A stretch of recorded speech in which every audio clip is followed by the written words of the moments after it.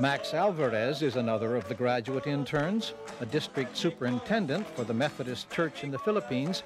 His project, while at ARI, is an experiment in low-tech methane gas production as an alternate energy source. In the Philippines, small farmers usually they have one carabao, one cow, and at least 3 pigs. And I want to find out if, with the help of these animals, small farmers can really produce gas from this biogas tank. See, at present, we have a great problem of energy in Philippines. In fact, we have 5 to 10 hours brownouts a day in different areas of the Philippines. There's an inlet here where we put the materials. That's manure, pig manure, chicken manure, cow dung. We also use here, and we just put them there and wait for it to decompose, and it could produce gas. This is now producing gas, and I think this could help ease up the problem of energy in small villages in my country. In the hill country of North India, ARI graduate Ruben Sanapati is already proving the worth of Max's experiment. Sewage and silage that would otherwise be thrown out is poured into the methane converter, along with an appropriate supply of water, allowed to ferment, and the result is gas, both for cooking and for lighting. What's more, the byproduct is a completely odorless, seedless, and weed-free fertilizer that can then be worked into the soil to produce crops far in excess of what could otherwise be expected.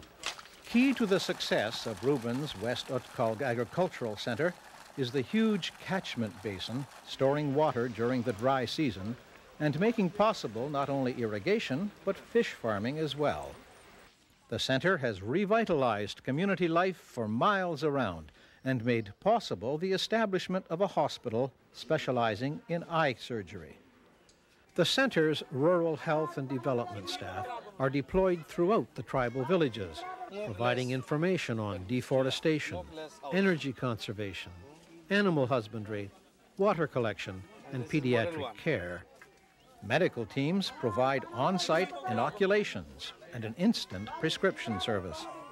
Young people from these villages can come to the center to learn trades, sewing, woodworking, metalwork, and other technical skills which they can use in cottage industries. The West Utkal project exemplifies what can happen when people learn to work with what they have, see the potential that is there, live in harmony with the world around them, and are enabled to make decisions about their own future. We invite all the villagers, get together, discuss their problem. Asian Rural Institute, we have learned all this, and this is very helpful. That institute prepared me to be a social worker as well as a pastor. The ARI learning model is hands-on. People learn by doing. We need to have a training which is practical oriented. And ARI offers exactly that. Our training program is learning by doing. In ARI, it was learning by doing. And so when you learn by doing, you get the skill right inside you, and you can be able to replicate it fast. It's a learning style that comes as a shock to many of the students, particularly those schooled in the colonial tradition. Expected to be all the time in classroom. Yes. The way we do it in our country here, because I expected to have books with a pen and other things ready to do classwork. Yes. That's what I expected very much, because we are used to that in our country here. When you go for training, you know that you are going to do a lot of writing and a lot of other things. You didn't do that at ARI? Not much, the way I expected it. I found that things were practical. You have to learn through doing something. Now, when I came home, I also adopted the same method, learning by doing. Another thing, instead of instructing people, giving orders, you give the other people a chance also to see to discuss with you what is right to do, instead of imposing something to people. Well, I think this water tower wasn't your idea. No, this is the idea of the members. Decision making together, I learned that it was something good, because in ARI we have everything has got a committee. Mr. Secretary, what have you done so far? I think so far we are not doing anything. You know. We're not that busy. Whether planning a harvest celebration, working the compost, or teaching new games, students learn how to work in community by organizing and building it themselves, creating worship, making and sharing food, doing menial chores, being leaders, being followers, making decisions. I cannot do things alone. Neither the person cannot do things, his things alone. We need a help, give and take. So community life is very much important. Building community life is not easy, with people from different cultures, some working in their third or fourth language. Get set. No. Get in sets. After, start. On your mark, get ready, go. What's been the most difficult thing for you here? Most difficult thing here, and the first time, how to communicate with others. Because every country have their own pronunciation, and it is very difficult to understand. Sister Alicia Gibaga, the community's chaplain, describes how difficult it can be for a community of young people so far from home. Personal problems, community, living community, and living together with different cultures, with all the differences, And a lot of these people have left family at home? Yes, most of them are married. So even there are problems back home, I have still, to listen.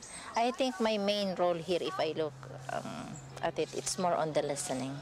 And you have to listen hard when engaged in cross-cultural theological debate.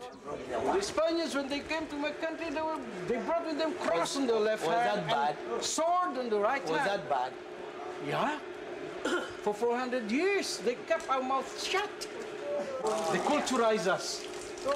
Now we're all brown America. I agree, but I said now you are a missionary, and they send you to an undeveloped or an uncivilized place. Can you go along with your Bible, just holding the Bible, and you move there in the jungle? With my faith in God, I can do it, my friend. Can you go there alone with your Bible? Can you just move to that bush with your Bible alone? When you evangelize, you have to bring Bible and gun on your right? I agree with you. I said that. Friend, I can never do that. I agree. I was once confined. I was a victim of militarization in my own country. Many people have done that. Bringing the gospel to the poor farmers of my country. It takes an experience, my friend. You are liberated because of that. You are liberated because of the bringing of the gun and bringing of the Bible. You are liberated.